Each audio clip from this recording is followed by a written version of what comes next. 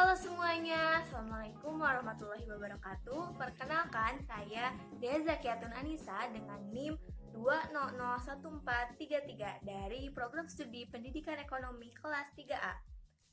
Di sini saya akan menjelaskan mengenai pasar.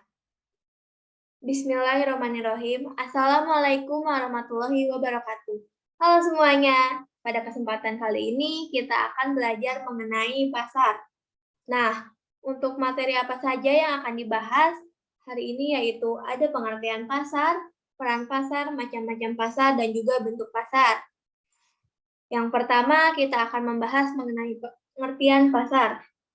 Pasar atau dalam bahasa Inggrisnya market adalah suatu tempat bertemunya pembeli dan penjual untuk melakukan transaksi ekonomi, yaitu dengan membeli atau menjual suatu barang dan jasa atau sumber daya ekonomi dan berbagai faktor produksi lainnya. Pengertian pasar dalam ilmu ekonomi yaitu bertemunya antara permintaan dan penawaran. Dengan demikian, pasar dalam hal ini tidak harus dihubungkan dengan suatu tempat tertentu. Yang penting ada penawaran dan juga ada permintaan. Nah, setelah kita mengetahui pengertian pasar, selanjutnya kita akan membahas mengenai peran pasar. Peran pasar di sini terdiri dari 6. Yang pertama, ada mengatur kegiatan produksi. Dalam kegiatan produksi, perusahaan membutuhkan faktor-faktor produksi seperti input. Kebutuhan ini dapat ditemukan oleh perusahaan di pasar faktor produksi. Yang kedua, menetapkan harga dan nilai. Harga suatu barang ditentukan oleh kesepakatan antara penjual dan pembeli, atau disebut juga penawaran dan permintaan. Harga tersebut terjadi di pasar dan secara langsung menentukan nilai suatu barang. Nah, lalu yang ketiga, yaitu mendistribusikan barang dan jasa. Transaksi yang terjadi di pasar memungkinkan produsen dapat menawarkan hasil produksinya kepada konsumen. Untuk peran yang keempat, yaitu menentukan jumlah pembelian dan penjualan. Pertemuan antara pembeli dan penjual di pasar dapat menentukan jumlah pembelian dan penjualan. Selanjutnya yang kelima, yaitu menentukan jumlah persediaan. Dengan indikator harga di pasar, konsumen dan produsen dapat mengambil inisiatif untuk menentukan persediaan. Pada saat harga di pasar murah, maka produsen akan membeli dalam jumlah banyak untuk membentuk persediaan. Dan yang terakhir, yang keenam, yaitu melakukan promosi. Promosi dapat dilakukan dengan penyebaran brosur, katalog, pamflet, atau contoh produk secara langsung. Nah, kita telah membahas mengenai pengertian dan juga peran. Selanjutnya, kita akan mengetahui nih, macam-macam pasar. Baik. Macam-macam pasar itu dibedakan menurut yang pertama itu menurut jenisnya. Menurut jenisnya, pasar dibedakan atas pasar konsumsi dan pasar faktor produksi. Yang pertama, pasar konsumsi. Apa sih itu pasar konsumsi? Pasar konsumsi adalah pasar yang memperjualbelikan barang-barang untuk keperluan konsumsi. Untuk keperluan konsumsi rumah tangga seperti sandang, yaitu baju, celana, dan lain-lain, pangan seperti makanan, minuman, dan papan seperti rumah, hingga barang mewah. Pasar faktor produksi adalah pasar yang kedua itu pasar faktor produksi.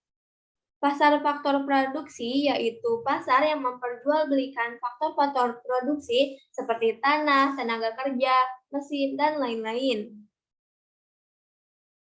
Lalu yang kedua itu ada macam-macam pasar menurut wujud pasar, yaitu ada dua. Yang pertama pasar konkret. Pasar konkret adalah suatu tempat yang mempertemukan pembeli dan penjual untuk melakukan jual beli secara nyata atau secara langsung. Lalu yang kedua ada pasar abstrak. Pasar abstrak adalah pasar tempat proses interaksi antara pembeli dan penjual untuk mencapai kesepakatan tenaga kerja dan barang tidak terjadi secara nyata.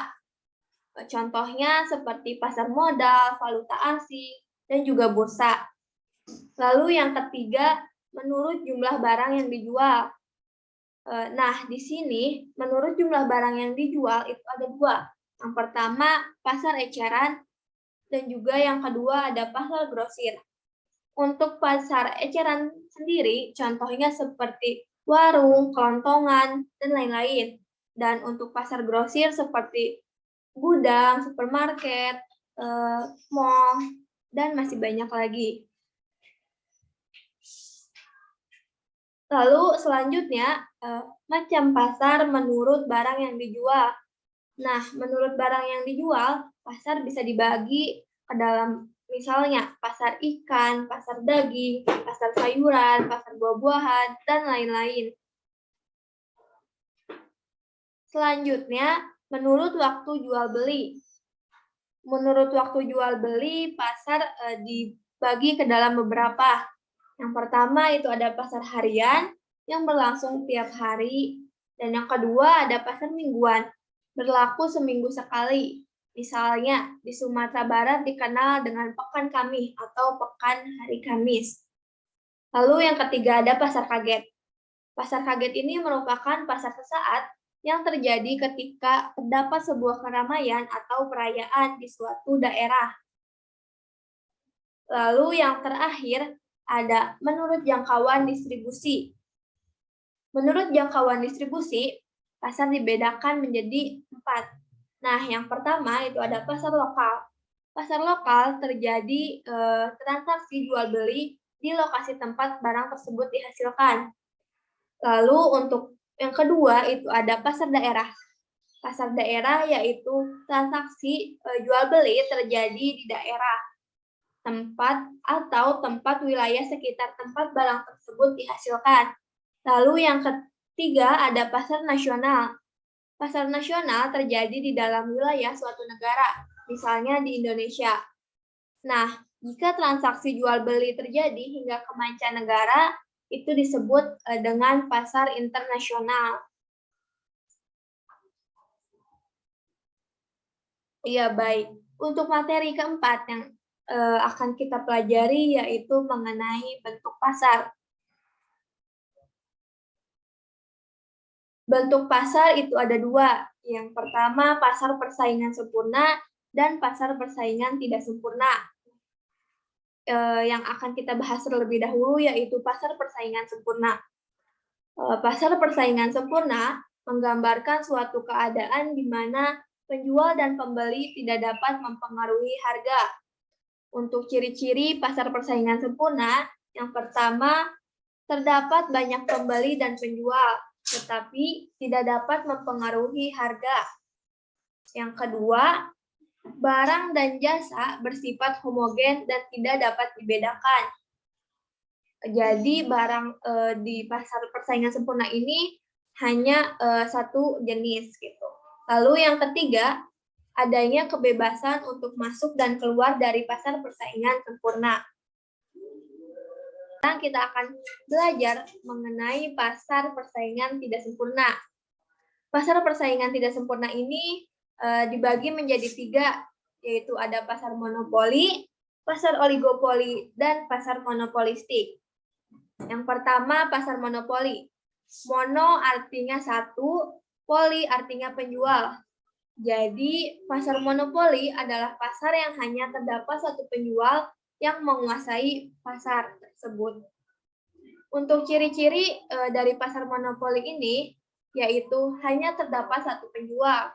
Yang kedua, jenis barang yang dijual tidak ada penggantinya. Yang ketiga, adanya hambatan bagi perusahaan yang akan masuk ke dalam pasar monopoli ini. Lalu yang keempat, pelaku pasar ekonomi dapat menentukan harga barang sesuai keinginan. Lalu yang terakhir, kurangnya inovasi dari pedagang terhadap produk yang dijual. Nah, yang kedua yaitu ada pasar oligopoli. Pasar oligopoli hanya terdapat beberapa produsen atau penjual dengan banyak pembeli di pasar. Untuk ciri-cirinya sendiri, yaitu jenis barang yang dijual tidak ada penggantinya. Lalu, barang yang diperjualbelikan relatif homogen. Dan yang ketiga, masing-masing penjual bersaing dengan ketat. Lalu, sistem harga yang kaku.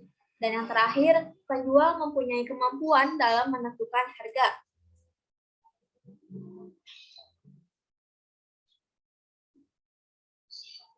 Nah, pasar yang ketiga yaitu pasar monopolistik.